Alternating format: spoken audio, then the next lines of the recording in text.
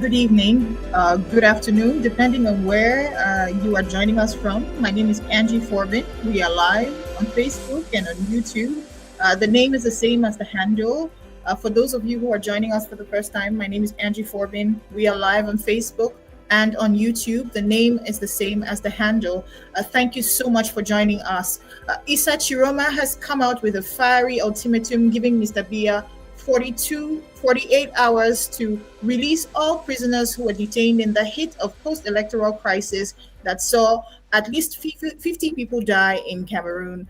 He says if Mr. Biya does not release these people, then the consequences will be people who decide to take up self-defense as a measure. Issa Tchiroma is continuing to claim victory. He says he won the presidential election of October 12th. Meanwhile, Paul Biya has been sworn in on October 6th, Thursday in Yaoundé, and his first speech as the newly sworn-in president of Cameroon was one that didn't seem to bring people together or to want to cause this post-electoral crisis to quell. Joining me this afternoon is a political analyst who is well-versed with the corridors of Western power. We'll be discussing the implications of such declarations by Issa Tchiroma, whether or not these are threats to be taken seriously, especially by a government that is currently grappling with a war or an armed conflict that she herself caused in the northwest and southwest, or the English-speaking regions of Cameroon, but also the wide and spread poverty and insecurity in the three northern regions of Cameroon, considered to be the bastion of the man who is originally from Garoua, who says he won the presidential election.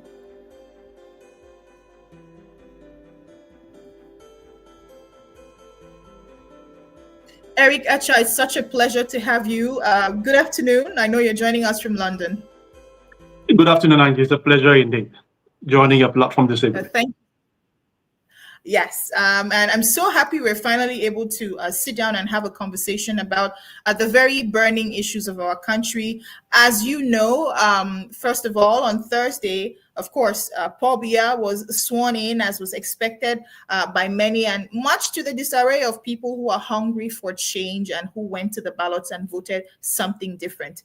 But 3 days later, Issa Tchiroma has come out in a widely expected video. We've been waiting for the past 3 days. People were hoping he was going to, make some kind of a mock swearing in just to reassure his base that he's still with them. We know that he's out of the country, and he's saying he's given Mr. Biya a 48-hour ultimatum to release all the hundreds of prisoners that were arrested in the middle of post-electoral crisis that became violent when troops or Biya regime defense forces and police forces, law enforcement, opened fire, killing at least 50 people per United Nations statistics. What do you make of this statement saying if in 48 hours you don't release these people, we'll be forced to defend ourselves?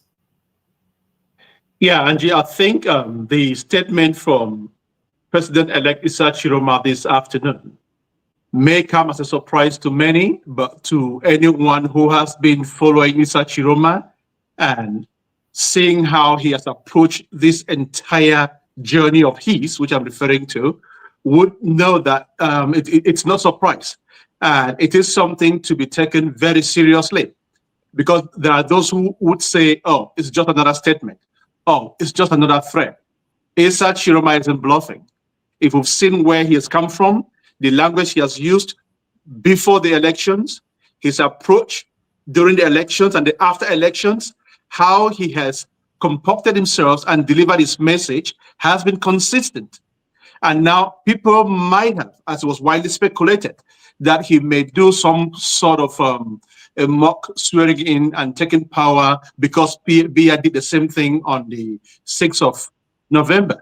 I think Tchiroma is looking way beyond that. He is in for business, and if he is in for business, there is no room for making mock swearing-ins and doing things that may be irrelevant in the eyes of the international community and even the Biya himself. So he is sending a strong message to the regime that he means what he says, and he's rolling his sleeves and ready for a battle. Now, the dimensions or the the directions of that battle, nobody knows as of now, but the truth is he should be taken seriously. And why do you say this? I mean, we know earlier in the year, the Biya regime had Mr. Biya had sent his Secretary General to the northern regions on a firefighting mission when elites were complaining and seriously disgruntled because their base was suffering from poverty. We know that this is one of the most impoverished parts of the country. Literacy rates also the lowest in those parts of the country. What makes you think that these are threats that should not be taken lightly? We've seen other politicians threaten Mr. Biya before. We've seen other politicians speak of a possible war breakout or civil war in the country if Mr. Biya doesn't change the way he manages business. But I mean, he never seems to care and just takes it like, they're bluffing. What is different in this case? Does it have anything to do with his religious component in the northern regions, or a sense of identity built on a language that they commonly speak from the Adamawa all the way up to Marwa? You may not be too far from the truth there, but let's not dive into that without seeing where this is coming from. If let's roll back, let's take a few steps backward. If we look at where the country is today, if we look at where the entire nation, not just the northern part of the Cameroon, the far north and Adamawa, if we look at where Cameroon is today, there is an appetite for change. Cameroonians are sick and tired, and they've demonstrated this, or they did demonstrate this on the 12th of October, where they voted woefully for Issa Tchiroma, despite the back of issue that Tchiroma has.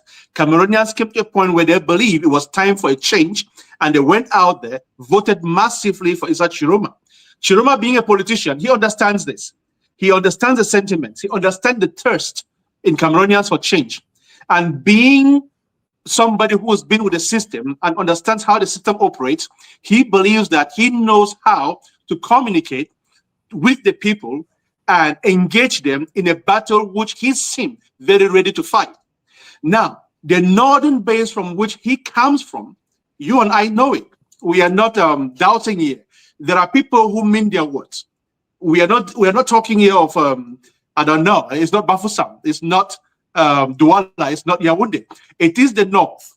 We know how determined and unified these individuals are. I would not want to jump onto the aspect of religion because the thirst for change in Cameroon today is nationwide. When we saw riots and protests erupting from Bafang, in Chang, in Douala, these were not Muslim areas. These were Cameroonians who just believe it is time to stand up against a dictatorial regime that has proven yet again that you cannot unseat them using the ballot box. If you want to rely merely on the ballot box, we are not going to relinquish power because we have the entire apparatus. We have the power to intimidate you, rob you of your vote, and silence you. So you cannot rely on the ballot box alone to unseat the regime. Tchiroma understands this very well. He knows this. He has been part of the system. And that's why for him to come out today, 3 days after the inauguration, making or sending out that ultimatum, it should be taken seriously because he isn't bluffing. We don't know the network he's building. We don't know where he is today. It's apparent he's out of Cameroon. Nobody knows what he's up to. But wherever he is, he has sent a very strong message to Yaoundé, a resounding message, and one which I plead with people who want to see this country remain united. I plead he should be taken seriously. It's not a bluff, and he shouldn't be ignored. And that was a question I was going to ask. You just mentioned he's out of the country. We are not sure where he is, and he has support. That in itself is room for 2 follow-up questions. Last week, and we know that he was not able to do a mock swearing in because of the agreement or the treaties that 2 nations have. The country that was said to be keeping him on its soil, Nigeria, would not allow him to even meddle into the internal affairs of the country he was fleeing from. And today, him being able to come out with such a fiery statement makes one believe that some knots may have been loosened or he might be elsewhere. Do you want to hint would you have any ideas or any intel as to where he could be right now that would give him such liberty? I wish I knew, and I wish I could share that information with you. One, if I knew it, I am not sure I would have been in a position to share that information. But just like any other person, we're all speculating. It's pure speculations. Even in Nigeria, where it is being claimed. Remember, earlier today, yesterday, there were those who generated images, thanks to the AI, showing how Issa Tchiroma was in handcuffs. I don't know whether you saw the images. It showed that he had been arrested by the SS in Nigeria. There were those who showed he was on the run, that the Nigerian officials were after him. So every thing has been speculated about his whereabouts. There were those who then confirmed that no, there is clear information that he's under house arrest and his communication gadgets and everything has been confiscated. He's under detention, so he can't communicate. Now, I want to believe, as I knew, that most of what was spewing across the internet was being generated by the regime, because they have an army of social activists who are doing everything to intimidate Cameroonians, to misinform Cameroonians, and derail Cameroonians from the realities. So all these generated images about where Tchiroma was, the house arrest which he purportedly was under, and all the other allegations were false, but intended to mislead Cameroonians. What he has done today this afternoon is to disprove them, to tell them, listen, I am ahead of the game, and I am on top of my game. I know what I'm up to. I know what my plans are, and I will speak to you at my chosen time. None of your speculations or allegations will push me into miscalculating. Because remember, Tchiroma or Cameroonians are dealing here with a diabolical regime, a regime that is capable of doing what nobody can imagine. So Tchiroma understands that, and I am glad that he has taken every necessary step as of now. And we hope no mistakes will be made. But as of now, he has taken every necessary step to be ahead of the game and stay safe, which is what Cameroonians want. They want a leader that is rolling off his sleeves and saying, I want to lead this fight with you to be safe and strong. As long as Cameroonians know that Issa Tchiroma is strong and safe wherever he is, I believe they will follow whatever instructions or messages he will be coming with in the next couple of days. 48 hours is not a week. The hours are counting. What comes next, I don't know. We don't know. We'll wait to see. But my plea is, he should be taken seriously. Nobody should sit back and think Tchiroma is bluffing. He is not.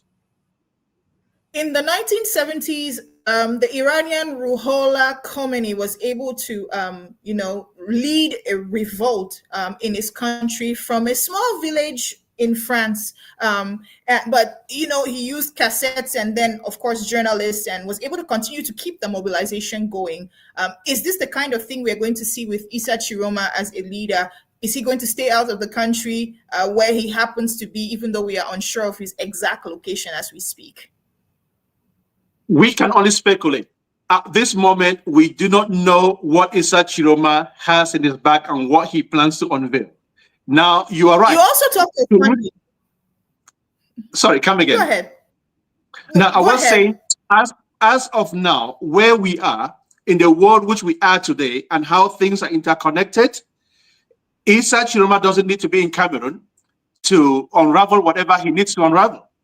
If he can communicate from wherever he is, because it is obvious. I don't think he has what it takes to be on the ground there and facing the challenges that we all know. We know before he exited from Garoua, there were snipers planted just adjacent to his property, firing into crowds in front of his property.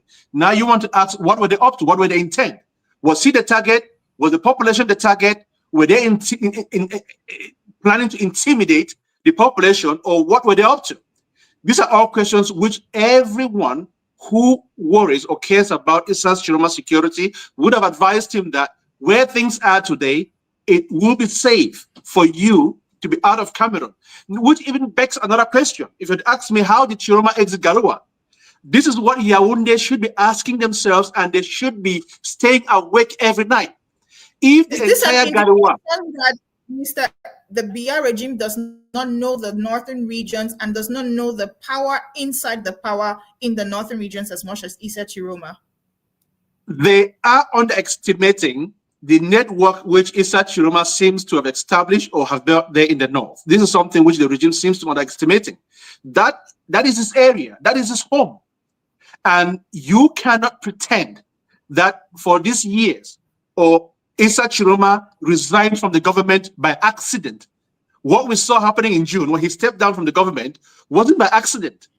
There would have been some work in the pipeline. Well, what I mean, legitimate work in winning his elections. He won the elections, and the election is being stolen from him.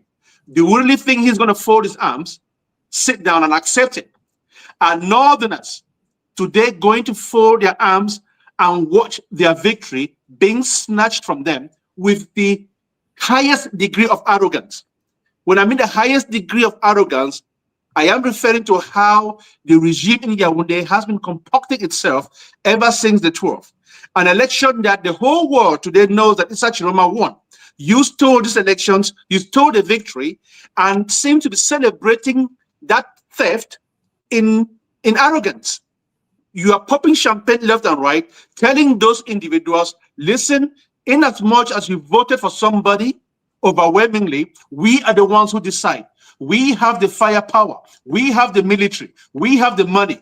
We will rob you of your victory and rob it in your face with the way we celebrate about it. It's pure provocation, and I can guarantee you, Northerners are not taking this lightly. And that's why we see them rallying behind Issa Tchiroma in a way which we haven't seen for so many years. And this is a strong message to Yaoundé. They should wake up from the sleep. If you're joining us now, I am Angie Forbin. We are live on Facebook. Eric Acha is our guest. We're going to take a moment, Mr. Acha, to review or to watch Issa Tchiroma's declarations from this morning and then come back and discuss some more. Chers compatriotes, c'est en ma qualité de président élu de la République du Cameroun que je prends la parole pour qu'en raison de l'extrême gravité dans laquelle nous nous trouvons, j'estime utile de porter à la connaissance du monde en général et des nations qui ont érigé la démocratie et le respect des droits de l'homme comme fondement de leur existence, porter à leur connaissance le fait que tout le peuple camerounais aujourd'hui se trouve le dos au mur, confronté à une menace existentielle de la part de ce régime qui pratique du gangstérisme d'État, qui terrorise nos populations, procède à des purges politiques, purges au faciès, purges dans toutes les régions de notre nation. Une situation inacceptable, intolérable, dès lors qu'en dehors de toute procédure judiciaire, des dizaines, des centaines, des milliers de Camerounais sont arrêtés, incarcérés, persécutés. Je voudrais donc également attirer l'attention de tous les Camerounais, mais en particulier de tous ceux qui ont foi en Dieu, du sacrilège, de la profanation auquel s'est livré le président Biya lors de la soi-disant prestation de serment. Le monde entier sait que Biya n'a jamais été élu. La nation camerounaise dans son ensemble sait que Biya n'a jamais été élu. Mais qu'il se permette de poser la main sur la Bible au nom de Dieu. Il apparaît donc aujourd'hui à tout le monde que pour M. Biya, Dieu n'est qu'un instrument qui lui permet donc de réaliser ses basses besognes. Je voudrais donc dire à ce régime qui pratique du gangstérisme d'État, qui se livre à du terrorisme d'État, qui arrête à tour de bras, qui procède à des purges ethniques, des purges au faciès sur l'ensemble du territoire. Je voudrais donc demander à ce régime, du haut de ma responsabilité, parce que élu aujourd'hui de la République du Cameroun, de cesser cette pratique. Les Camerounais n'en veulent plus, les Camerounais n'en peuvent plus. Et pour ce faire, je leur donne 48 heures pour arrêter, pour libérer sans condition tous nos enfants, tous les Camerounais qui se trouvent aujourd'hui dans les prisons du Cameroun de manière générale. Je leur donne 48 heures. Faute de quoi, le peuple camerounais se retrouvera en légitime défense et se sentira libre non seulement de se protéger, mais également de tout faire pour protéger leurs enfants et les récupérer partout où ils se trouvent. Voilà l'information cardinale que je me devais de porter à la connaissance de tout un chacun, mais en particulier, une fois de plus, le divorce désormais qu'il y a entre le président Biya et les religieux, quelle que soit leur obédience. Je vous remercie. You're joining us just now. I'm Angie Forbin. We are live on Facebook and on YouTube, and the name is the same as the handle. Eric Acha, I just saw you laughing. Do you want to share your thoughts? Absolutely.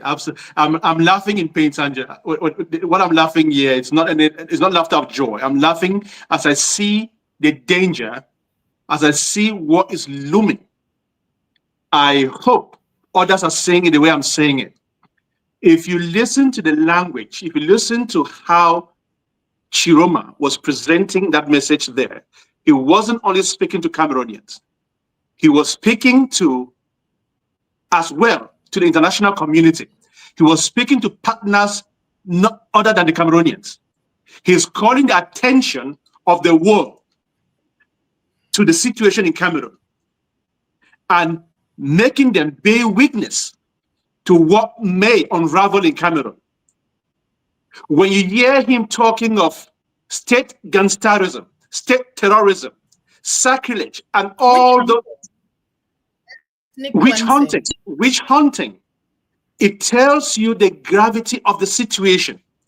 And he is saying, should things unravel, the international community, those listening to him, those he has addressed directly, those who have democratic values, or those who still believe in the democratic values and are silent in the face of the sham going on in Cameroon, he's telling them, please, you should know that in the face of all what is happening, the people do not only have the right to protest, they have the right to defend themselves.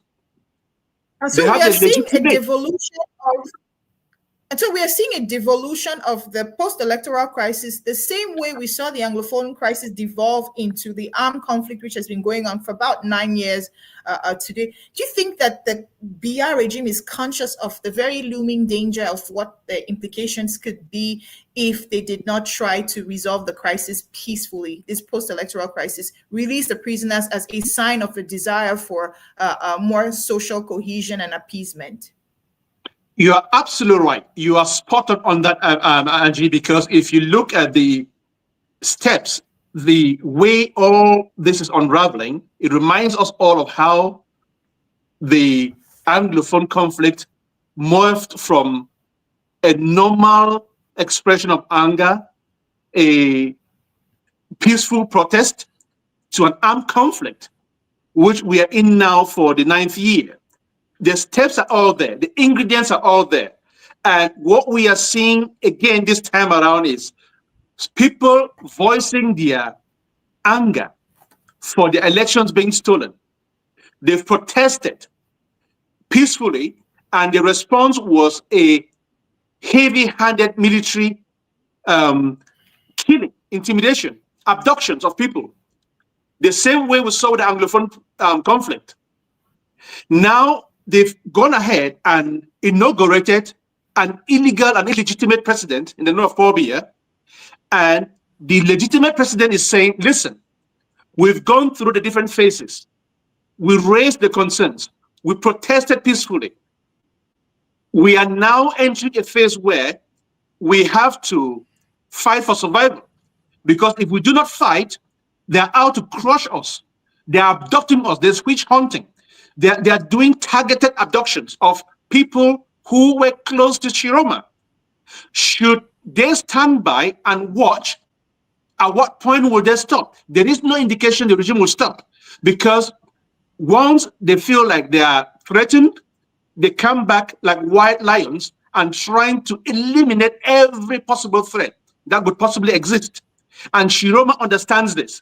His base understand this, and I do not think they are willing to stand by and watch that happen.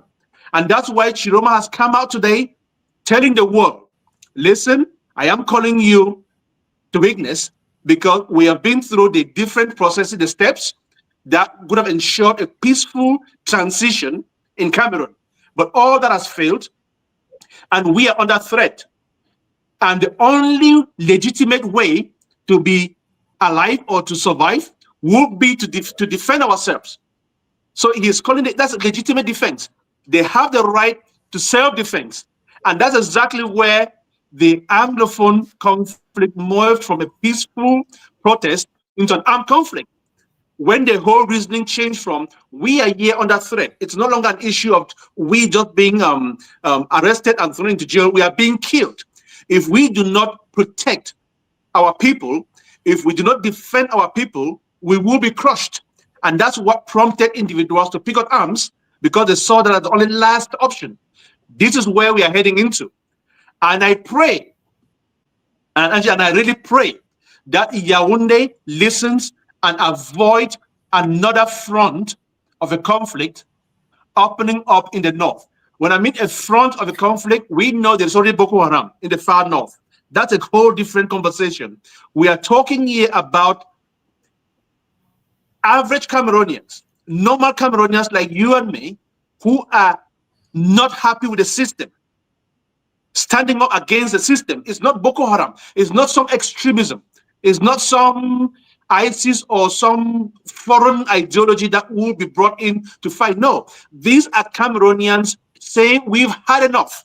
We are standing up in any way possible to defend our stolen victory. And should that happen,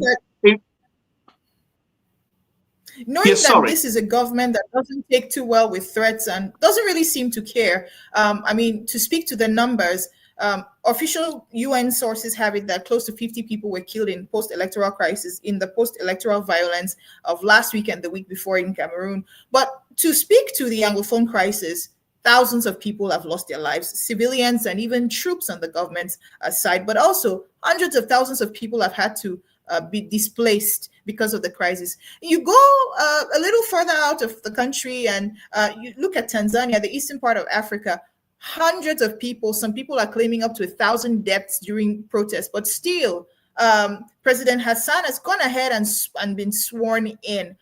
Do you think that Issa Tchiroma calling the international community and taking them as a witness as he tenders an ultimatum, a 48-hour ultimatum to Mr. Biya, would yield any fruits from the end of the Biya regime? You think they care? I do not really think they care.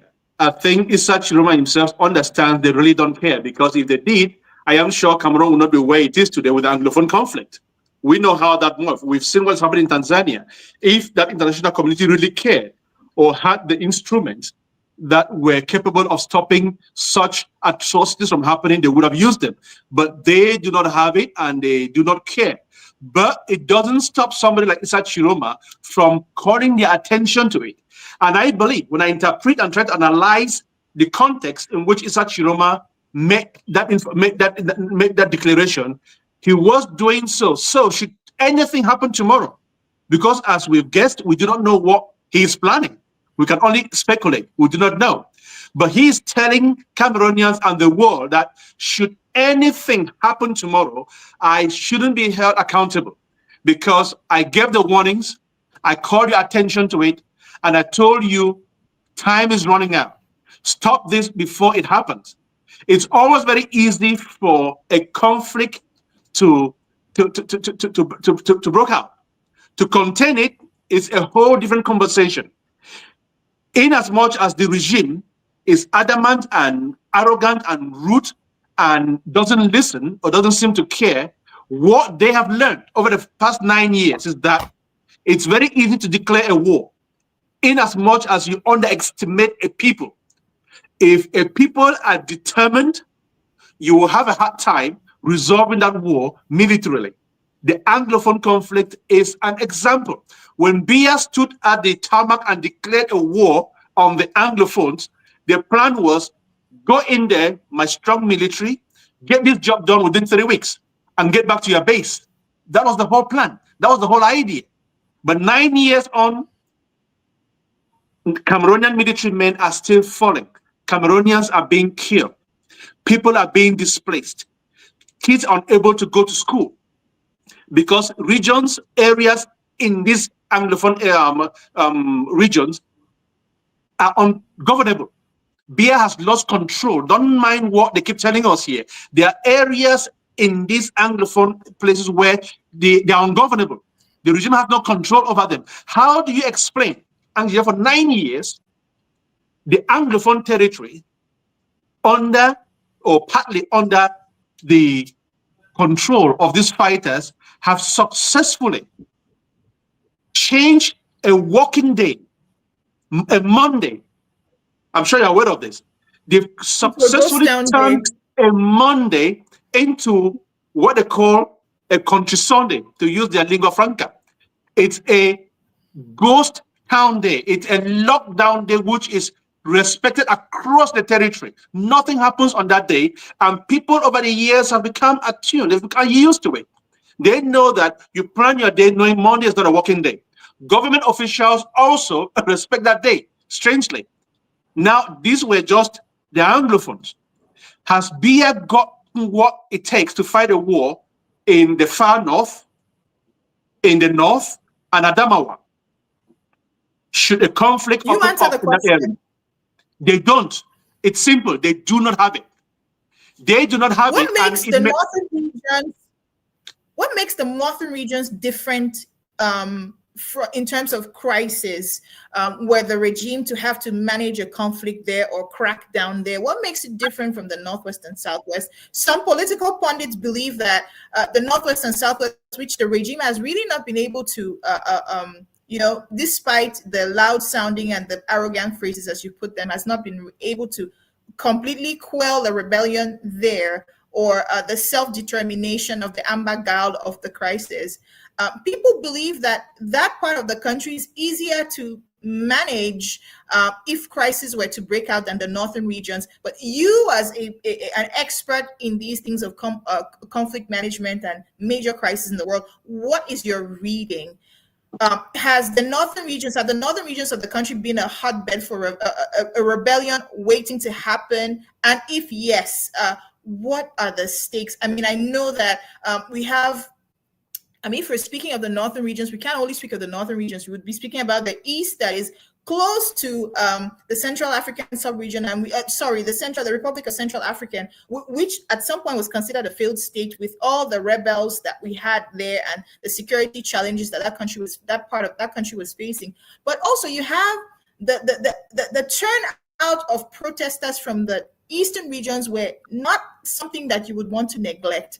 And so you might find yourself with a war on several fronts, right? The East, knowing how unsettled it might be at some of those borders, but also the northern regions with Chad, and we know how Chad also has had to deal with rebels, but also Nigeria and Boko Haram, as you discussed. I just wanted you to elaborate more on what the risks, the implications could be if a full-fledged conflict were to break out there, even though this is something we do not hope for. Yeah, I'll do that with pleasure, Angie. Let me begin by differing. I will begin by differing with anybody who, for any reason, seems to hold the perception that it is easier to manage a crisis in the northern region than it would have been in the Anglophone region. That's pure speculation, and that's taking things out of context. Because if you know how that region is, for the good reasons you've explained there, the northern region, with the long borders they have with Nigeria, is one of the most porous borders Cameroon has got. Then you head up to the Chad with the Boko Haram situation. It's as porous as you can think of, which the military has been struggling over years, dealing with cross-border attacks. We know how often, even as recent as I think in October, September, there was a serious cross-border attack on a military base inside Cameroon. You don't want to talk about how weapons move across those borders. You come down to the east with the Betra area, where you know of the conflict in the Central African region. Rebels are across those borders. it's porous. So weapons moving across that border, heading up into the north, the long porous border with Nigeria and all of Chad. If anybody thinks it's easier to manage a conflict breaking out in that region than it is in the Anglophone region, then that person is living in Neptune. You're living in a completely different world, because it will be the most challenging conflict to deal with should it happen. Now, come into the context, talking about the context of the conflict itself. The northern region, since 1984, for good reasons, has had their, should I say, internal burning frustrations with the Yaoundé regime. And if a rebellion should break out from there, it is just one that seems to have had the right time to poke its head open, because in the background, these has been the frustrations of many people. Cameroon may not be talking about it. There have been every indications, there have been clear evidence to show that groups were building up in that region, far away from Boko Haram. That had nothing to do with Boko Haram. These groups have been building up based on their own latent and internal frustrations with the regime in Yaoundé. So if a rebellion should emerge from that area, it shouldn't take any analyst by surprise, because we would know that things have been preparing up in that area and just waiting for the right time to poke their head up and take advantage of the situation. This is something which the regime, if they are truly interested in keeping this country together, they should avoid it. They should do everything possible in their powers to avoid it from happening, because it will mark the end of this triangle, this unity within that triangle. Because the northwest and the southwest will be, as we know today, you have the far north and Adamawa, which will be a hotbed for the conflict, and then the eastern region. What then will left of Cameroon? Yaoundé is not Cameroon, or Cameroon is not Yaoundé, so to say, sorry. Yaoundé alone is not Cameroon. But he says that when Yaoundé breathes, Cameroon lives. That's what he says. That's what he said. We do not think that statement would hold. It will be outdated sooner than later. We will see that happening. That at the moment, yes, they are quite adamant with their approach, because Yaoundé is still breathing. Yaoundé is still at peace. People are still able to go about their businesses. But if you saw the details or some data of the havoc, of the consequences of the 3 days view more that Tchiroma declared, you wouldn't know that Yaoundé is vulnerable, extremely vulnerable to any external shocks. Meaning, if Douala, Ngaoundéré, and Betua is strangulated, Yaoundé will not breathe. No oxygen will get into Yaoundé. So the noises and the talking that, the noises and the talking that as far as Yaoundé is breathing, Cameroon is fine, that is far gone, and that will soon be an issue of the past. Yeah. Why do you think Mr. Biya is consistently so tight-fisted or so firm-handed, and doesn't seem to do anything to want to appease every time there's a national political concern? Look at how he handled Agbobala and the consortium. His first move when he was challenged and he realized that he could not be bribed through his ministers was to declare the consortium illegal and send them to jail. Look at Maurice Kamto going down into the streets and peacefully protesting and saying, I won, claiming victory, sent to jail in the nastiest of ways, in the most dehumanizing way. And this man was a man who officially, per official results, came second in the presidential election, had done quite a few patriotic things for the Cameroonian government. I speak of Bakassi, for instance, had an outstanding career and is well respected across the globe, treated like a pauper. His immediate lieutenants or his lieutenants are currently languishing behind bars. And then now you have a man who has been minister in his government, the spokesperson of the Biya regime, who has said enough, who has come out and clearly is not a fool. Even with the official results that they were attributed to him by the Biya regime, one has 35% of the vote per the official results. Why do you think that the Biya regime is so stern when it comes to opposition, and I'm referring to his swearing in speech, his oath taking speech that clearly was referring to Mr. Tchiroma as an unserious politician. Do you think that this is the way to run a country? Absolutely not. You and I know it. Absolutely not. And that only speaks of the arrogance of this regime, which I have said repeatedly. It tells you it is a regime that knows just one approach to governance: intimidation, jailing of opponents, frightening of opponents, eliminating opponents. That is the only way they know to operate. They do not have any other modus operandi, which is unfortunate for a country like Cameroon, because after all the years, you would think that they would have learned some lessons and would try to do things differently. For Biya, or whoever wrote that speech, for anyone in his right mind, knowing what truly was the reality, which is that an overwhelming number of Cameroonians voted for Issa Tchiroma, to go in your arrogance in your inauguration speech and refer to him as an unserious candidate, it's insulting. You're insulting the intelligence of 30 million Cameroonians, or the 9 million who registered and voted. You are insulting the intelligence. You are telling them you are all stupid to think that this Issa Tchiroma guy is anyone to be taken seriously, when you yourself, taking the oath, was unable to even understand that you are being called up to take your oath. It had to take someone to remind you that, Mr. President, you need to stand up. It's time for you to stand up, because the person waffling, whatever he's waffling there, is calling on your attention to stand up and take the oath. You are incapacitated. 2 years ago, before the elections, you told Cameroonians that you are unable to execute the post of the president as per the constitution. You are no longer in the state of mind to execute this function as is expected of you. That's why you designated your signature. You signed the signature to the Secretary General of the Presidency, who had been running the country on decrees, on your high instructions. You told them the circumstances, maybe my health or whatever, even if it wasn't said in these words, you were telling Cameroonians, I am not longer capable to execute this function the way you all expect me to. That's why I will need the support of my SG to be signing decrees and doing things. That was all right.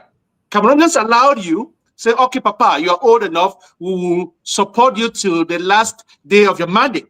Hopefully you will retire and go and get some rest, because we can see clearly, not only nationally, you embarrassed the nation on international media, at international conferences. You exposed Cameroon, you exposed the weaknesses and embarrassed the nation with the way you are behaving. You remember the African-US summit, where he was lost in the middle of the summit. December of 2022. Correct. He was lost. And that is the state of mind which Paul Biya has been in for the past couple of years. Cameroonians should not be fooled. Cameroonians should not be deceived. What they see from time to time being presented to them is someone who hasn't got the capacity, the ability to run Cameroon. If they were patient enough, allowed you to go through to your mandate, and you insisted for whatever reasons, or you were coerced into presenting your candidacy again to run, you took upon it, ran, and got beaten. Not beaten lightly, beaten heavily by one of your own former ministers. Why not step back and give him a chance? Why do you think he insists on clinging to power? Clearly, as you see, I mean, there's some cognitive and physical challenges. And I mean, he's enjoyed power for 43 plus years. Why do you think he's clinging to a thing that he doesn't seem to enjoy anymore? This is the question which is on the mind of everybody, locally, internationally, and everyone. I was having an interview with the Financial Times, and David, who was interviewing me, asked me, Eric, what's wrong with the president? Isn't he tired? What else does he need? I said, I wish I had an answer to that question. It is a question which everyone is asking. They are making a mockery of Cameroon, because if he was 92 years old and still mentally fit and physically fit to run a country, which I doubt, that would be a different conversation. But we are talking about somebody who is physically tired. You saw the images on the inauguration, at the inauguration. You saw those images. Does that look like somebody who is healthy, Angie? The world saw those images. This is somebody who is physically drained and tired, who needs to be somewhere in the village relaxing and resting. Why is he being dragged into this mess? I do not want to believe Paul Biya is actually the one pulling this cards here. People orchestrating and trying to ensure that continuity know why Biya is being put there.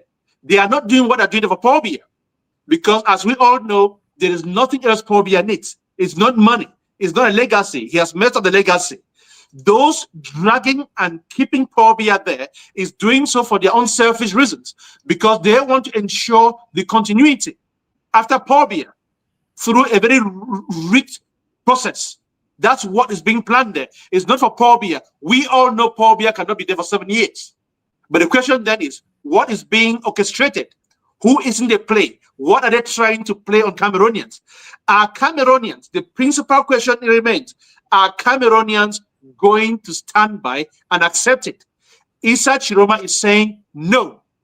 And all what he needs from Cameroonians at this point is to join him to mark an end to this sham or shadow. One of the key takeaways of Issa Tchiroma's declaration this morning is the release of prisoners arrested during post-electoral protests. We're learning 121 people were sent for trial to the military courts as well as the court of first instance on Thursday. But between you and myself, what does it cost Mr. Biya to release these people? Nothing. Nothing. It cost him absolutely nothing. Does it take anything from his power? Do you feel it takes anything from his power? I mean, he has absolute power over the judiciary, power over the legislative arm. What do you think it costs him to release people who are simply exercising their constitutional rights and political convictions? Why are the Anglophone leaders in prison today? People who were peacefully protesting. Because remember, I want to dive back to this before coming back to the post-election arrest. But let's go back to 2016, 2017, with the Anglophones being arrested and dumped into jail today. What was their crime? In 2016, 2018, 2017, there was no armed conflict. The Anglophones had not yet picked up arms. It was still a peaceful protest. People were protesting for grievances which were legitimate. You picked them up, threw them behind jail. BBC Mancho, what was his crime? To hold a microphone and ask the mayor to fix the roads in Bamenda, and that if he doesn't do it, we're going to protest. That's why BBC Mancho, for 7-8 years, is in Kondenge today. So Paul Biya uses the judiciary, his prisons, as a way to intimidate Cameroonians, as a way to frighten Cameroonians from standing up and asking for what is theirs. He uses prisons and the military to intimidate Cameroonians, to even avoid thinking for themselves that they can stand up and mark an end to his regime. That's why arresting people, abducting people, and throwing behind the jails is their way to operate. They operate and function well by intimidation. We know this. And that's why to him, if he should release these people, he may encourage those who are still out of prison to stand up against his reign. So they are all the ingredients of a dictator. Biya passes and has all the criteria that you can use in defining a dictatorship.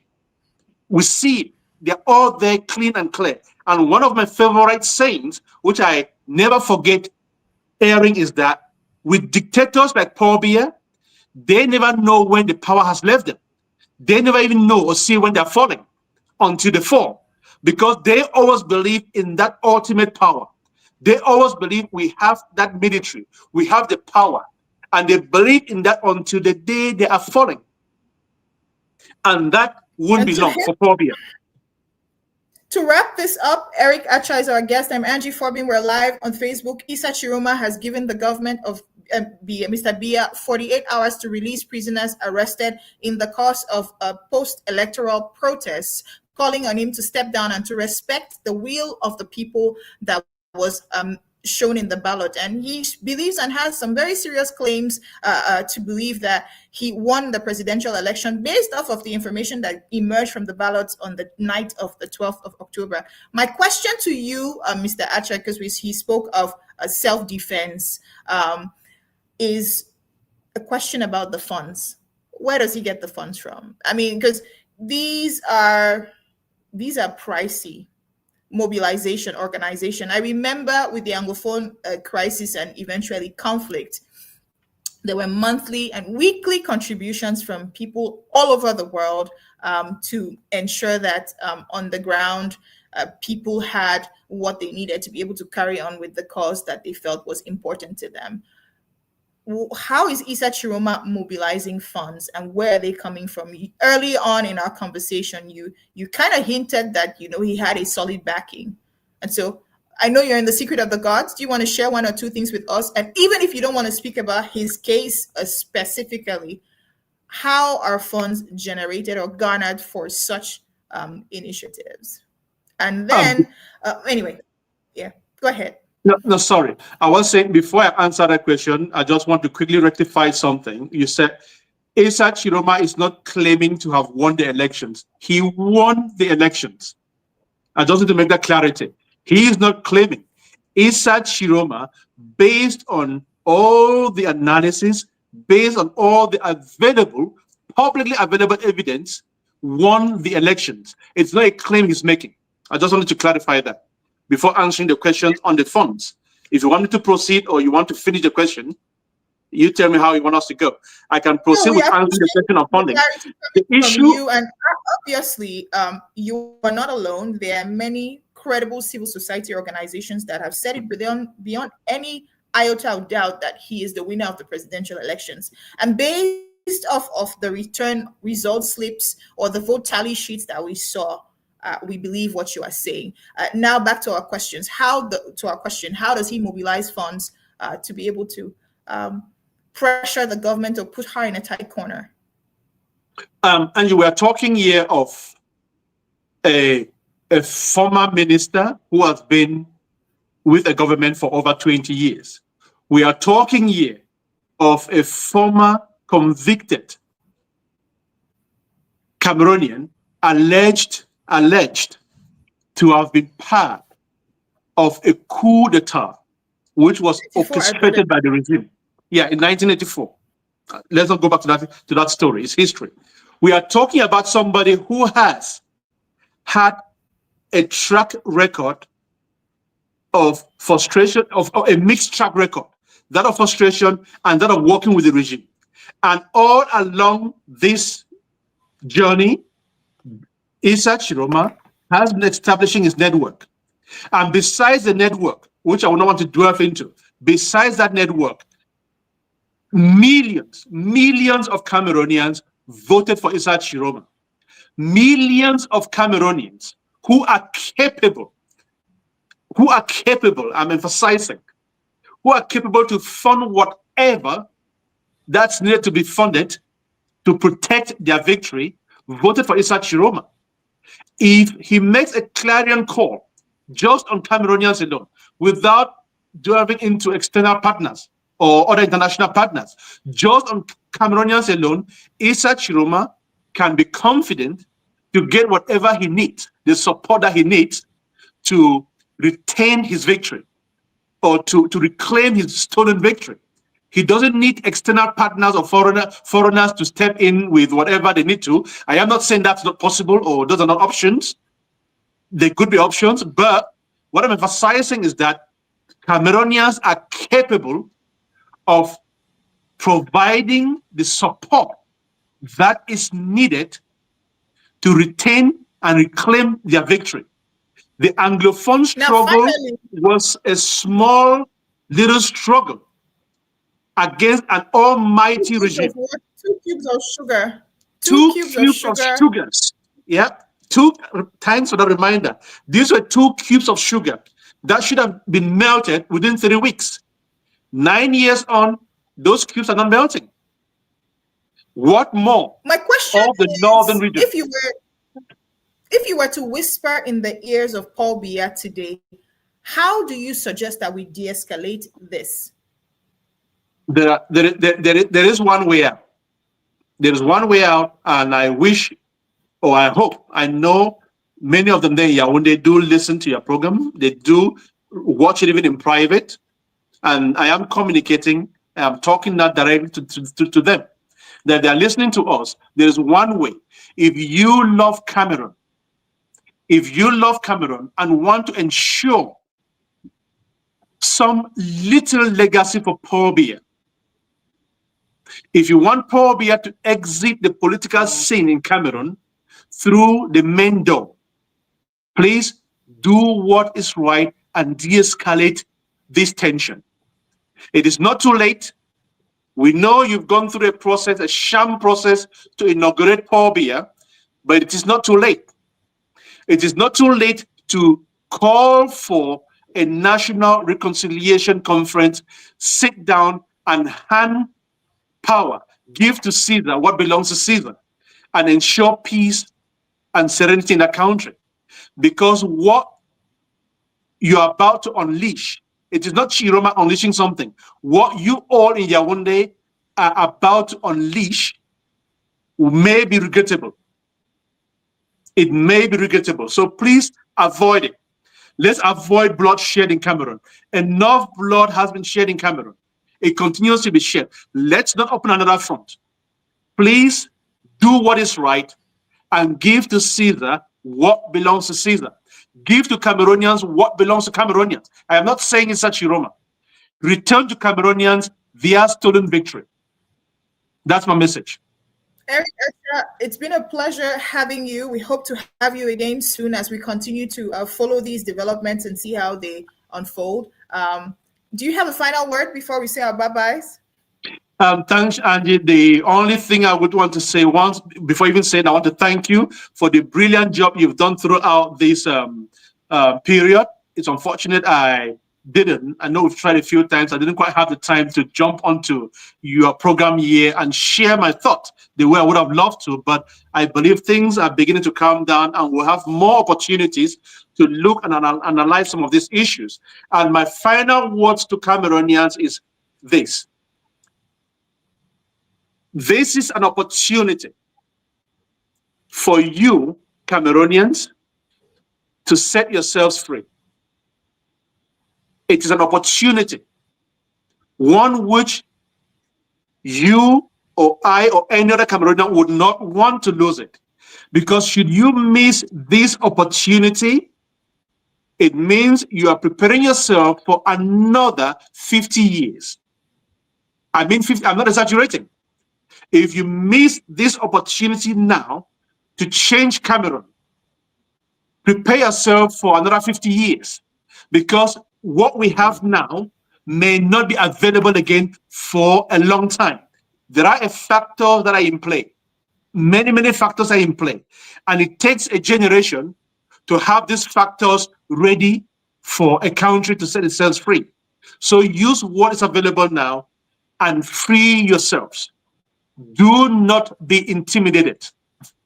It is your moment. Take it.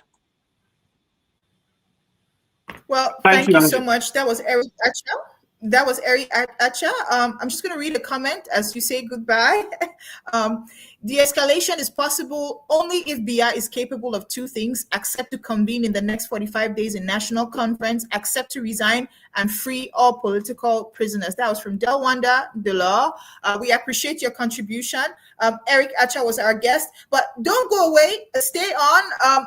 Next, coming up is Ben Modo, who happens to have also been very involved in the electoral process. He's a well-known lobbyist, but also a businessman and entrepreneur.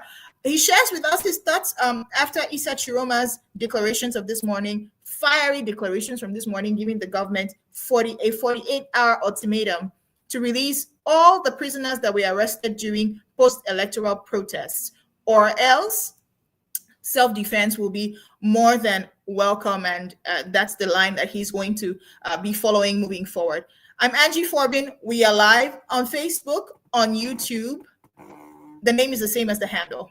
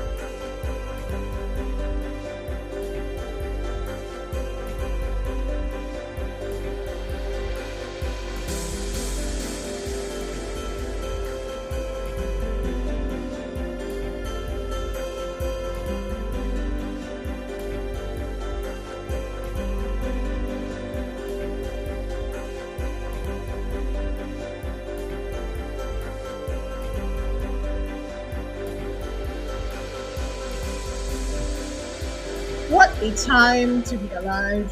Whew. Well, thank you so much. I'm just going to go ahead and read some comments. For those of you who have been participating, following us since we started about 1 hour, 6 minutes ago, we really want to appreciate your time at short notice.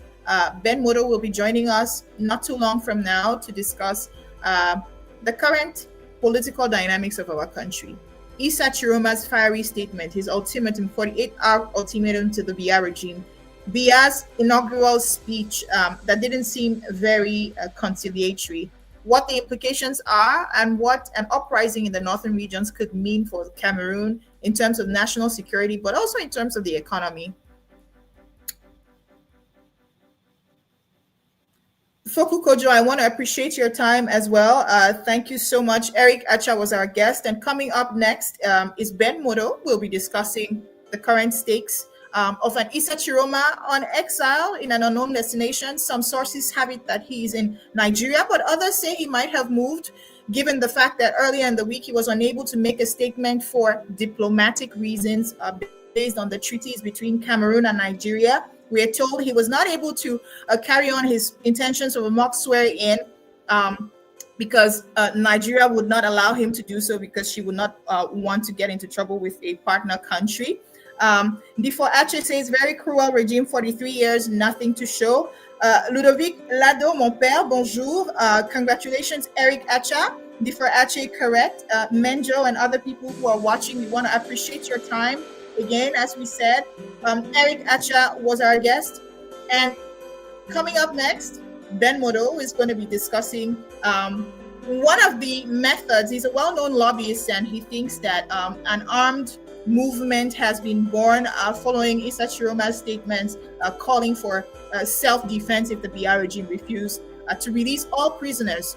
What we know about these prisoners, the popular ones, the popular politicians, Joachim Chameli, who is well known for his activism in the 80s that landed him in jail, but also Anisette Ekane, Parfum Voum, one of the former bigwigs of the Social Democratic Front, who came out and strongly supported Issa Tchiroma and followed him around on his campaign trail, Emmanuel Tonga as well, are all languishing behind bars because of exercising their constitutional rights and political convictions. But we also have the no-names, and we learned that 121 of them, as of Thursday, the day after Mr. Biya's swearing in, were sent for trial to the military courts and the Yaoundé Court of First Instance. And so we'll be discussing why it is important for Mr. Biya to be more conciliatory, what the security stakes of the country are, with a country that has struggled to grapple with an Anglophone crisis that has claimed the lives of thousands of people on the side of the government troops, but also Anglophone civilians. Hundreds of thousands of people have been internally displaced. Many young women have been exposed to all kinds of precarity and promiscuity because of a senseless war that is clearly attributed to the government's arrogance and lack of desire to resolve a problem that people could have sat around a table and taken care of. I'm Angie Forbin. We are live. This is Facebook. On YouTube, the name is the same as the handle.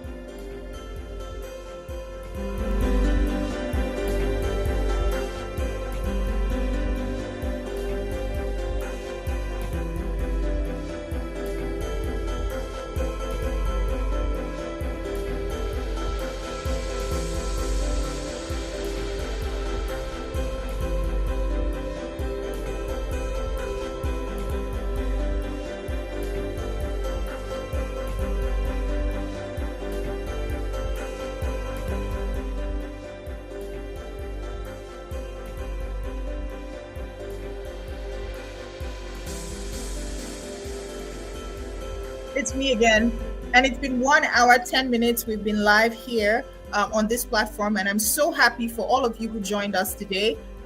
Technology is an amazing thing. We see Ben Modo just joining us in the studio right now, and it's on that note that I'm going to go ahead and add him so that we can continue the conversation. So nice to see you again. Nice to see you, Andy. And it looks like you've been very busy lately. I've seen your Facebook handle, and you made a very, very fiery declaration this morning, right after Issa Tchiroma announced that he was giving the government a 48-hour ultimatum to release all prisoners. And I'm going to go ahead and read what you said. Je vous annonce la création des forces de légitime défense du Cameroun qui ont pour but d'empêcher le génocide en préparation et rétablir la vérité des urnes. Mm-hmm. What a time to be alive. Aren't you afraid that you're going to get yourself in trouble, Mr. Modo? Why? Why should I be in trouble? Why? Mm-hmm. What do you mean? What do you mean by legitimate defense? Okay, everything is simple. I mean, as far as we are concerned, everything is simple, right? We've seen Mr. Biya prepare to kill millions of Cameroonians. Millions. Imagine the Cameroonian army, which is currently a force of a little over 100,000 people.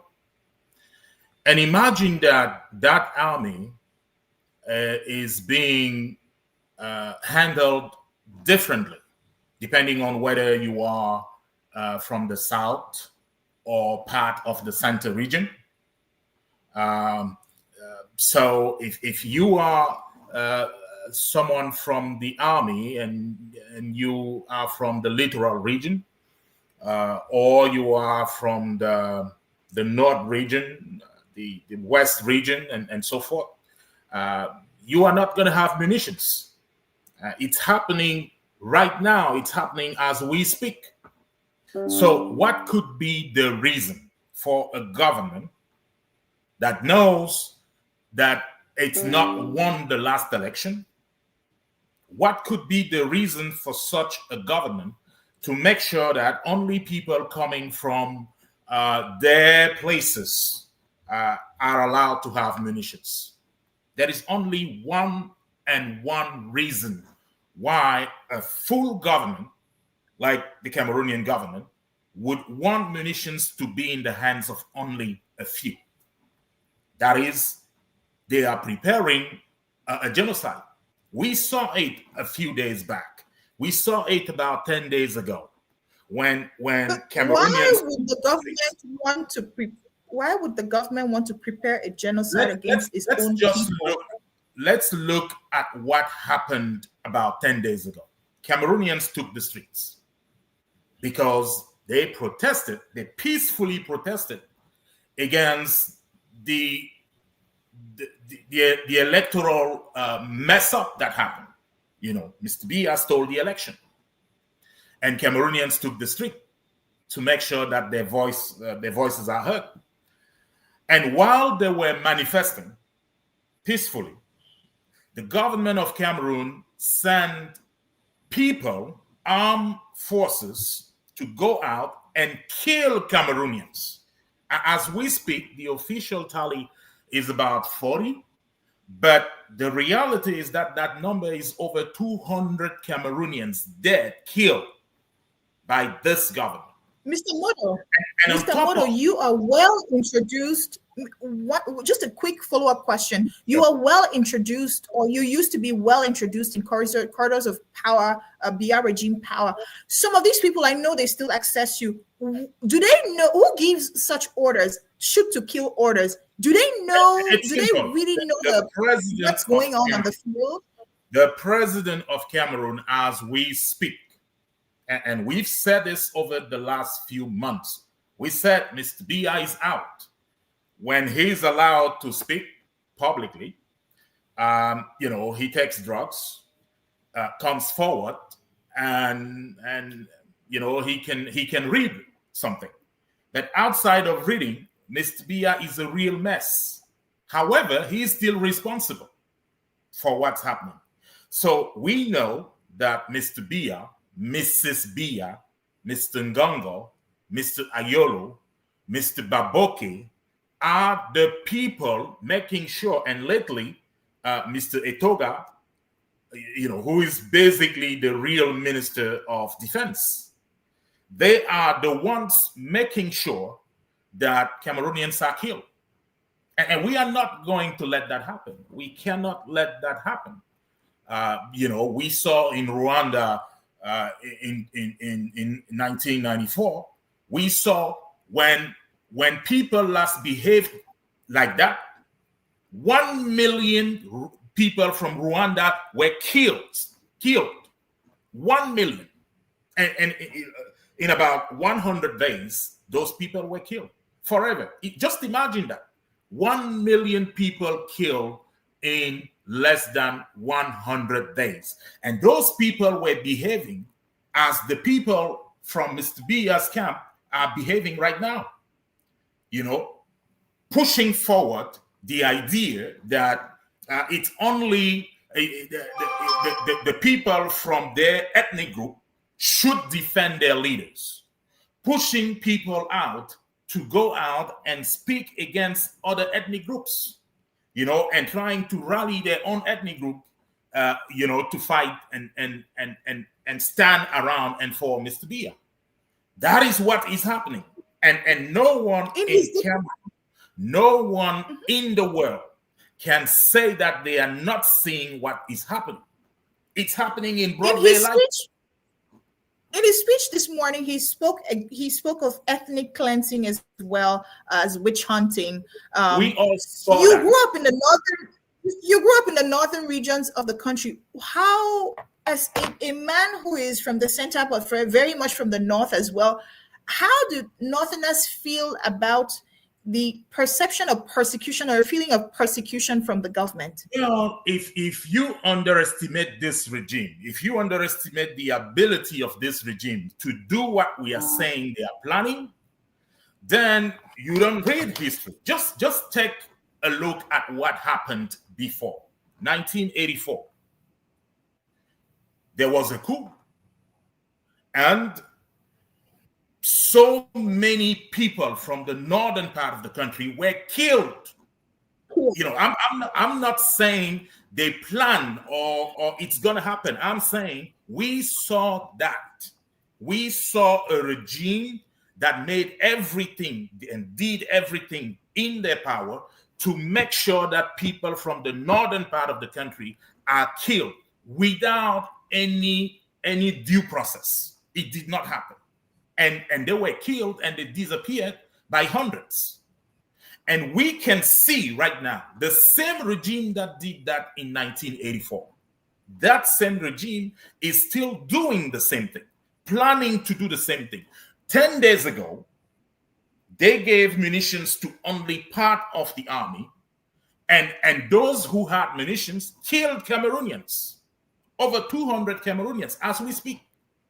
We saw the same regime arresting over 2,000 people currently in jails.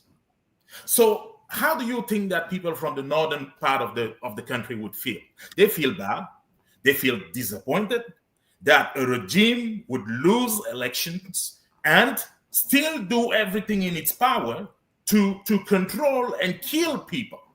So that's the reason why we are saying it's not going to happen. It happened in 1984. 10 days ago, they tried to do it again. But this time around, it's not going to happen. So I have a quick question for you. Sure. The previous guest that I had, Eric Acha, said that, one of the keys to de-escalating what is brewing into a major crisis, if not handled correctly, is a reconciliation. Do you think it's still possible to save the day as we speak right now with Issa's declarations, the 48-hour ultimatum, and already speaking words of self-defense? Is it too late in the day for the Biya regime to change? I don't think it's too late. I don't think it's too late. Mr. Biya can step down and go. He can still do that. He can hand power to the rightful winner of the last election. That is still possible.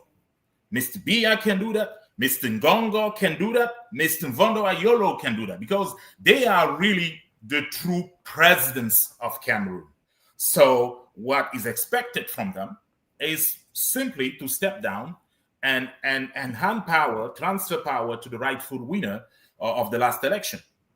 If they hope that they somehow will be able to stay in power and then it will be forgotten, I believe that they need to think again, because this time around, it's not going to happen like last time. But what are some of the risks of you or Cameroonians overestimating the government's, the regime's desire to respond promptly, knowing from habit that Mr. Biya tends to give a deaf ear to threats, ultimatums, and recommendations that are geared towards peace building? Well, we expect that, and if you notice, it's Mr. Mr. President-elect who's still having the conversation with them. So we are saying let's give them every chance to have that conversation based on what we know. We know, number one, that this regime is preparing a genocide. We know through history that this regime has done that before. Mr. Tchiroma himself spent 7 years in jail, and he was one of the luckiest ones then. And it's a chance that he didn't get killed. So we know through history that this is a regime that is used to that. They do that. That's a sport. That's their favorite sport. So we know they are able to do it. We know a few days ago, a little over 10 days ago, they did it. They killed Cameroonians. And we can see that they are marginalizing a bigger part of the Cameroonian army's population. So they are not giving munitions. This is happening as we speak. Just imagine that, Angie. You have an army of over 100,000 people, and you choose to give munitions to people based on where they are coming from. That on its own is enough to put an end to this regime. That on its own. So people are not going to sit back. In 1994, people thought it was a game. When there are those who kept saying, okay, listen, look at these guys. Look at them. Look at what they are doing. That is what they are planning. And then there were other people who said, okay, listen, we are not there yet. So they waited because they were looking for more evidences. And that evidence was 1 million lives were taken out, And those are people who could have my age, your age, and your viewers' age. They were taken out simply because a group of people so badly wanted to stay in power that they were willing to kill 1 million Rwandans. That is not possible. We cannot let it happen in 2025. We are not going to sit back. Who does it benefit if he stay in power? Why do you think that? Pourquoi se cramponne-t-il au pouvoir? Do you think it benefits him at over 90 at this point, or it benefits his? It benefits him. Is it proof in itself? Is it proof in itself that he's been unable to create a hand down or a successor, a constitutional successor, a credible constitutional successor? Is it proof in itself of his inability to create or to groom a proper constitutional or political successor? Well, we've said it before that what people see is a gang. When we call it a gang, it's really a gang. You have a group of people coming together who have decided that they will rule over Cameroon no matter what. That is their decision. And they made sure from the beginning, knowing that Mr. Biya cannot lead a country. They know that. They see Mr. Biya on a daily basis. So they know this is a guy who's lost most of the time. This is a guy who doesn't, I don't want to go too personal in the details, but they know this is a man who needs help on a constant basis. They know that. Monsieur Modo, they just decided, that they were going to hold power by all means. That's the case. Oui, madame. Vous avez annoncé la création des forces de légitime défense du Cameroun, FLDC, selon vous, qui ont pour but, selon vous, d'empêcher le génocide en préparation et rétablir la vérité des urnes. C'est quoi les forces légitimes de défense du Cameroun? Vous créez un groupe de rebelles? Well, on donnera le nom qu'on voudra, mais nous avons pris la communauté nationale et internationale à témoin. Qu'est-ce que nous savons? Qu'est-ce que nous savons aujourd'hui? Numéro 1, nous savons tous, que ce soit la communauté nationale ou la communauté internationale, tout le monde sait qu'il y a eu une élection au Cameroun. Tout le monde a vu en Modo Vision la fraude. Tout le monde sait qui a gagné ces élections. Ça, c'est le point numéro 1. Le monde entier a vu, il y a une dizaine de jours, comment le peuple camerounais s'est levé pour contester les résultats de cette élection. Parce que le peuple camerounais ne se reconnaît pas dans les résultats de cette élection. Donc, le peuple, de manière pacifique, a décidé de protester.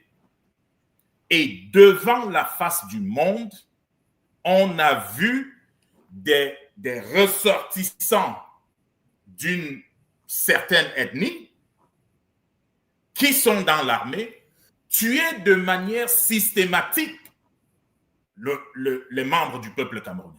De manière systématique. Officiellement, on dit c'est une quarantaine de morts. La réalité est qu'il y a plus de 200 morts.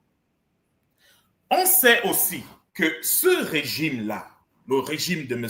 Biya, n'en est pas à sa première tentative.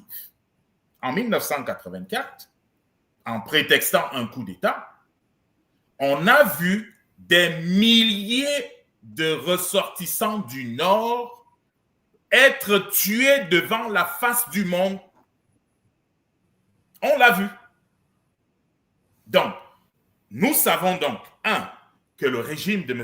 Biya l'a fait avant, c'est-à-dire a mis des gens en prison simplement parce qu'ils ressemblaient à des gens qui sont du Nord, a tué les ressortissants du Nord simplement, et c'était même pas sûr qu'ils étaient tous ressortissants du Nord parce que on vous regardait et on se disait, bon, vous ressemblez à quelqu'un du Nord, et c'était suffisant pour que vous soyez exécutés.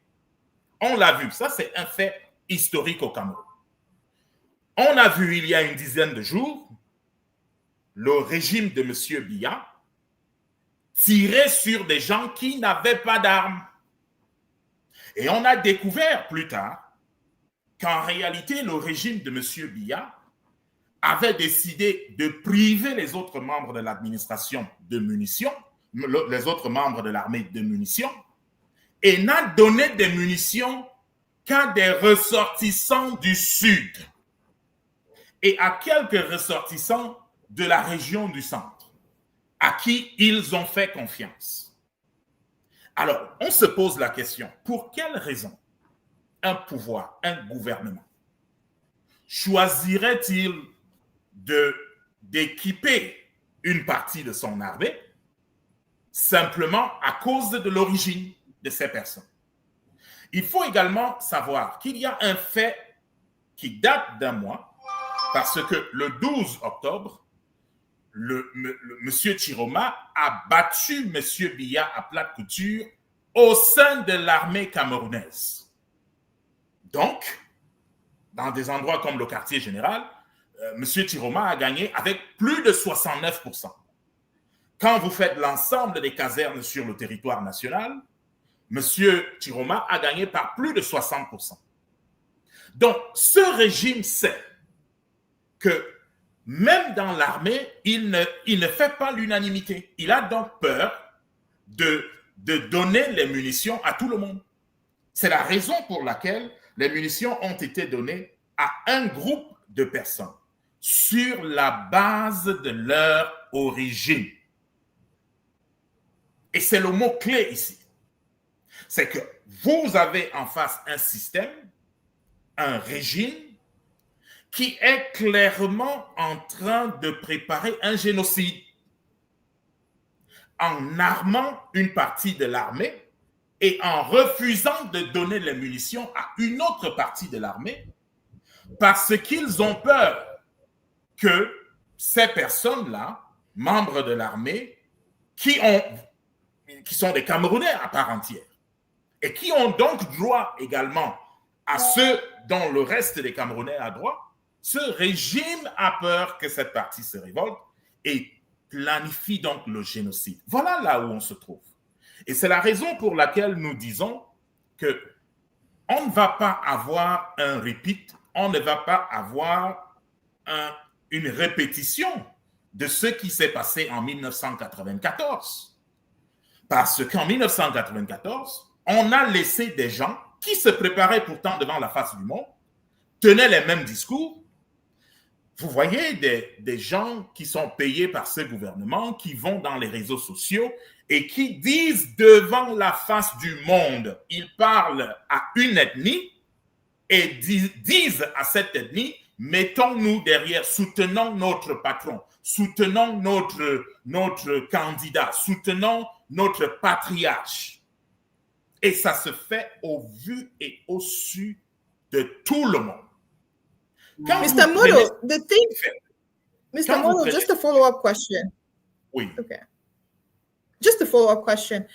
Yeah, you've described the Biya regime being very ruthless, but also very tribalistic, and Yes. and you've depicted a lot of clanism. But here's the thing: the Northwest and Southwest are currently warring.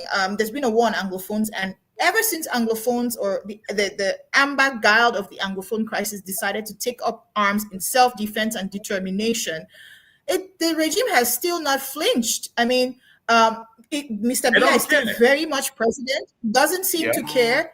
It seems as if the only part of the country that really does matter is his Unity Palace. And for some reason, nobody has been able to unseat him. What could explain his tenure for so long in power? I mean, he's been in power for 43 years. He's just already been sworn in for another 7. When you look at the case of a ruler like Mugabe, who was ousted from power in 2017, at least he had a more solid claim to power because he was a freedom fighter. But Mr. Biya was handed power on a platter of gold. What explains such a long stay in power despite what you have described? Well, Mr. Biya built his power on 2 things. Number 1, corruption. He made sure that everyone had a price, everyone could be sold or bought. Because the minute you are able to buy people, as if you were buying goods, anything and everything becomes possible for you. So he made sure that he was ruler of a country where everything and everyone had a price, number 1.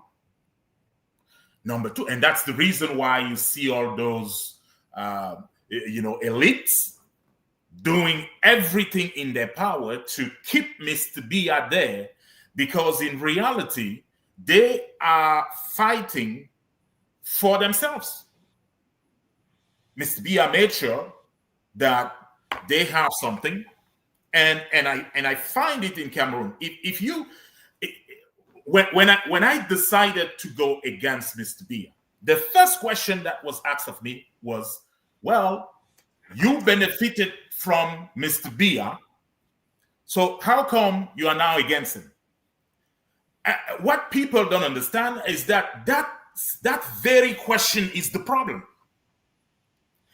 Because they want to make people feel like because you had, you worked for the government, you should be owned by the government. You shouldn't question what they are doing. Because you had a contract with the government, you shouldn't question what they are doing. They want to make people feel like they are part personally indebted to Mr. Biya? To this regime, to Mr. Biya and this regime. But they are not. In my specific case, what I told them was, okay, listen, you gave me that contract because I was billing about 38 billion CFA.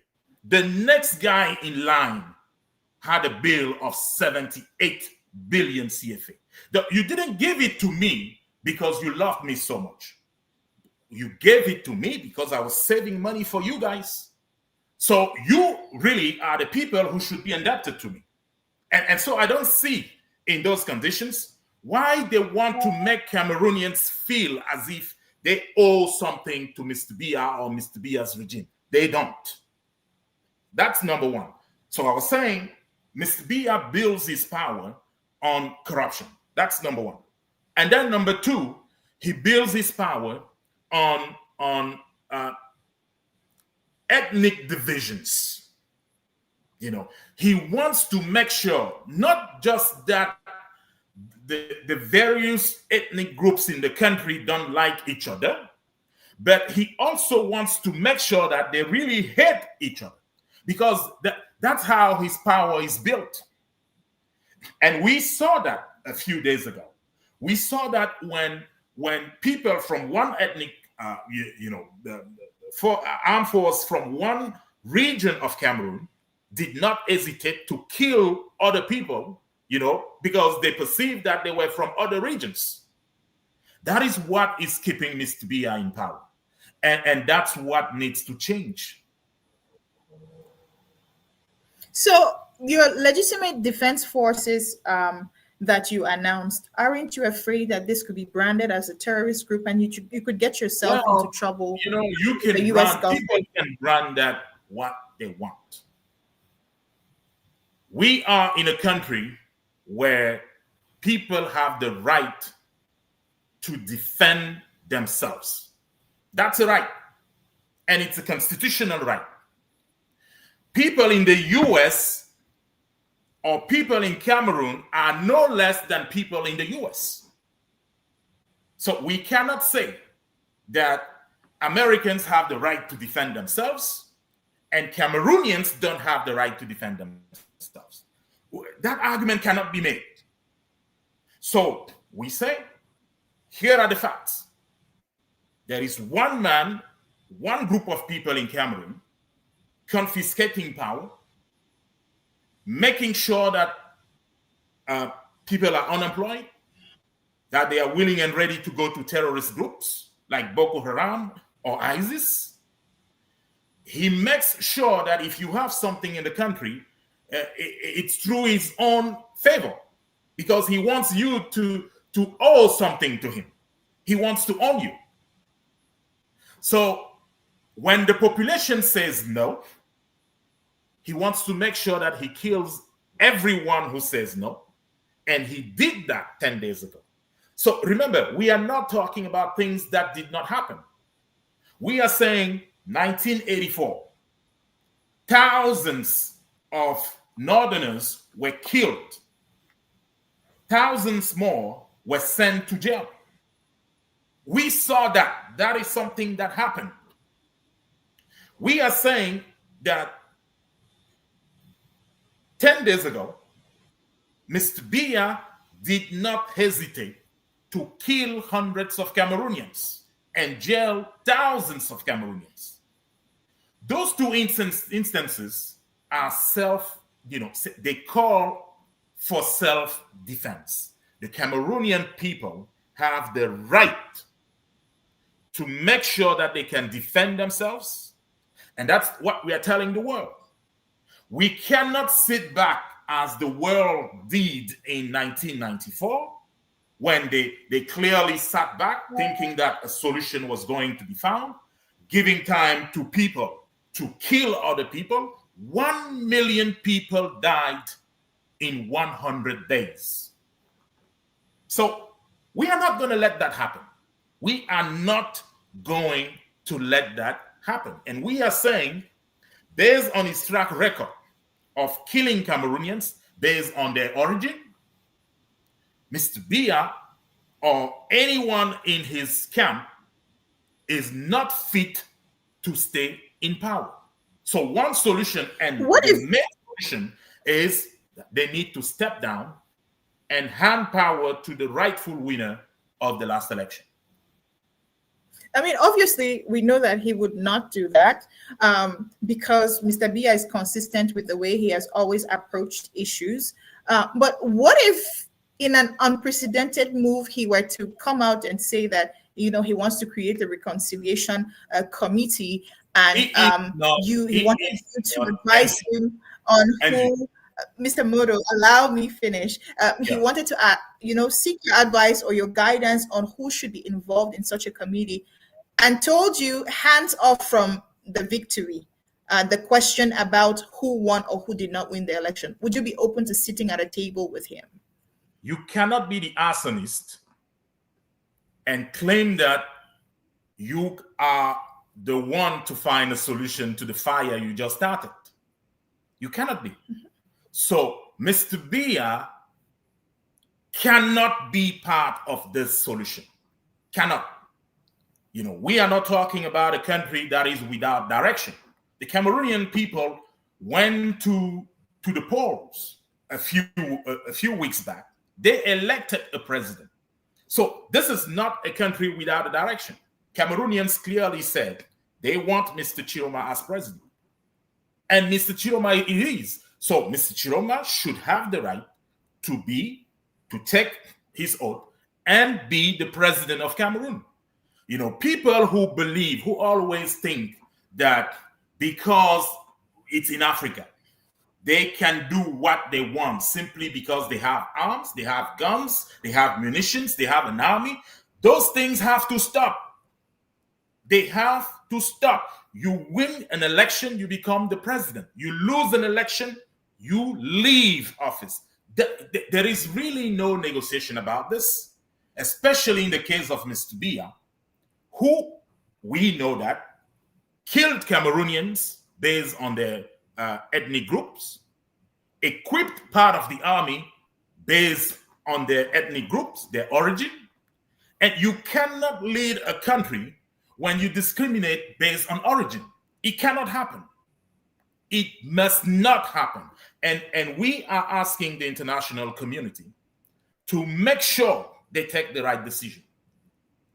Mr. Biya needs to step down. Mr. Biya needs to go. What are your friends, because you were a lobbyist for many years, what are your friends, foreign or Western politicians, telling you about the moves Issa Tchiroma is making, but also about your self-defense forces that you are creating?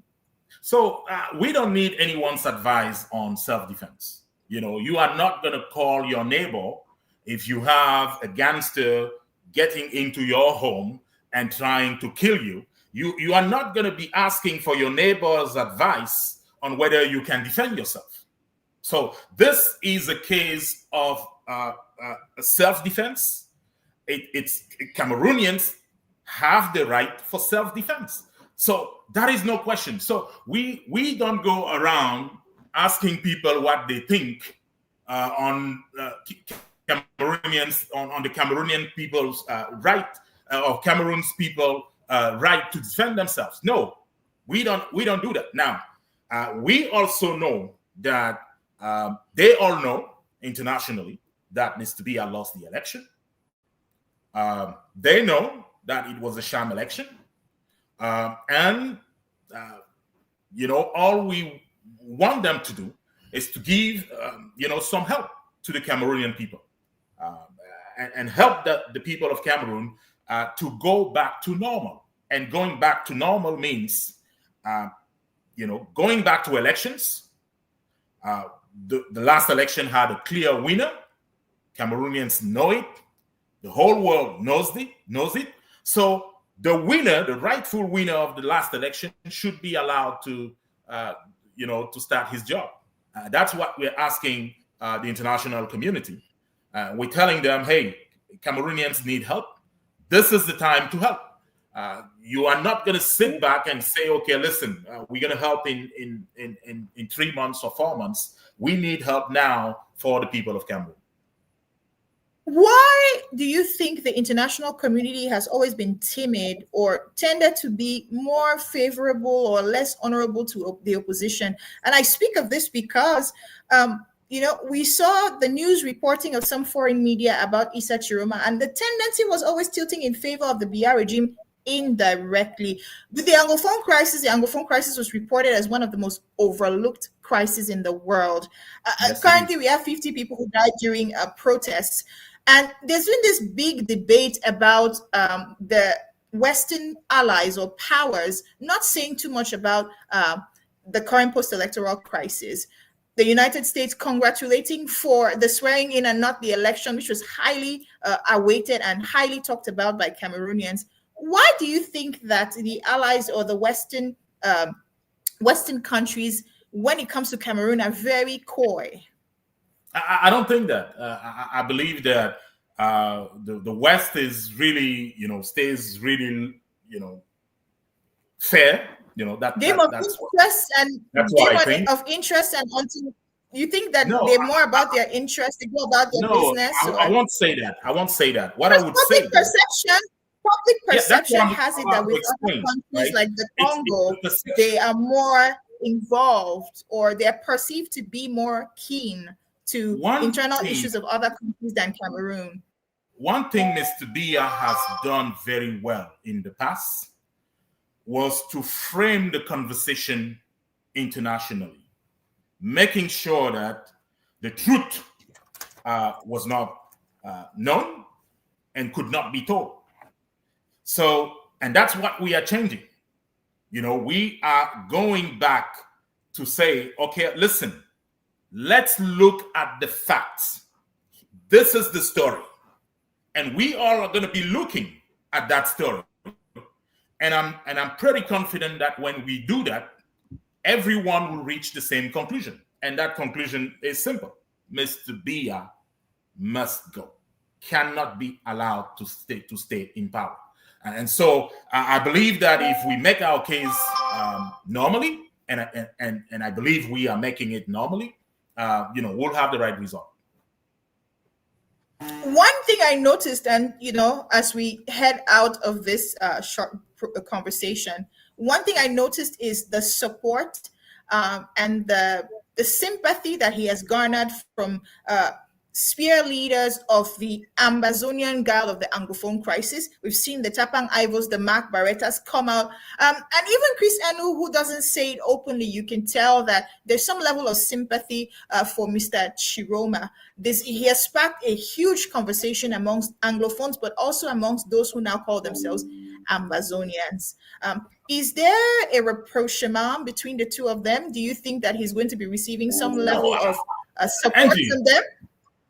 Angie, what I believe is that you are in the secret of the gods, and that's why I'm asking you. No, I'm not. I'm just stating my own opinion, right? So I'm saying that justice is good for everyone, and justice should be everyone's business. Some people shouldn't be allowed to have justice, and other people don't. The fact is, one of the best forms of government has always been a federation, and that's a fact. In the US, you have 10 states, 50 states, 52, we have 50 states and then the territories. Now, they are allowed to run their own business, adopt their own laws, and do what they want to do in those states. It's a fair system. And I believe that in Cameroon, something like that's going to have to be done. And we've been pushing this to Mr. Tchiroma, saying, okay, listen, you have 10 regions in Cameroon. At the minimum, each region should be a state that is allowed to have its own laws because, they have their own culture. They have one way of doing things that should be reflected in the way they manage themselves. The resources should also be aligned to the regions to make sure that if you don't work, you don't benefit from other people. So that's the goal here, and we are saying let's go back to that. The people of Cameroon should be allowed to run themselves. And we believe that when the Cameroon gets back to a federation with truly regions or states that can run themselves as they see fit, Cameroon will go back to normal because the resources will be distributed. When I say distributed, that's really not the word. But in reality is, if you do not produce, why should you benefit from another state? Why do you think Mr. Biya has fought tooth and nail the idea of a federation? Why do you think he fights it so much and so dearly seems to cherish the centralized form, or heavily centralized system of government? Because the Nozo regions are two of the richest regions in the country. So he understands very well that, the SNH, which is really owning Cameroon's money based on the resources that are coming from the Nozo regions. And so he understands that if federalism comes in, he may not always have the power or the means to run the country he wants to run, the way he wants to run it. And so that's one thing, that's one part of it. But I also believe that other regions have resources. They should just be allowed to run their own regions, their own states, based on the resources they have. And I believe that when that happens, there will be peace in Cameroon. Do you think that with the way things are devolving, with Issa Chiroma's current outing, the Northwest and Southwest challenged from a security or a defense perspective, do you think that the Biya regime can afford, in terms of military might, in terms of the economy, to open up another war front? Well, it's up to them. They believe that they are supermen, and super women over there. So they might well be thinking that, hey, they can do that. So it's up to them. What we are saying is that it's the end of the road for them. Cameroon just had an election. Mr. Tchiroma is going to be president in Cameroon. Not next year. It's going to happen this year. Ben Modo, it's a pleasure having you. It's on that note that we have to wrap this off. I appreciate your time. I hope I'll see you again soon. Good luck in your pursuits. And it's on that note that we say goodbye. Thank you. Bye-bye. Well, Ben Modo was our guest. He has been very involved in the political process, but he's also a lobbyist.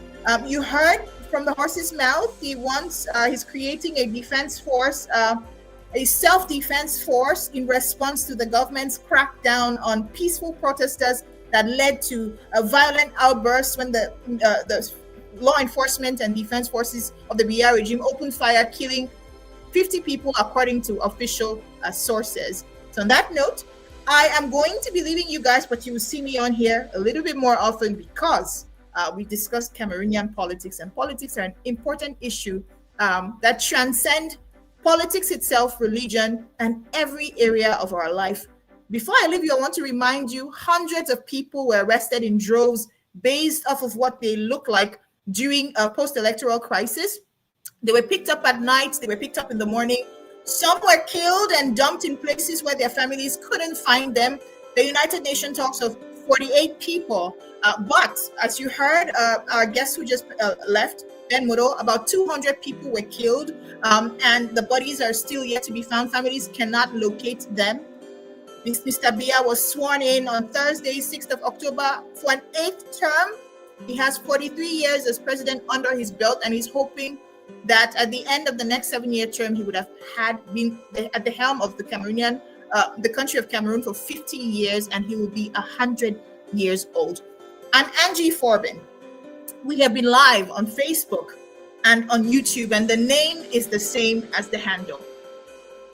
Bye-bye.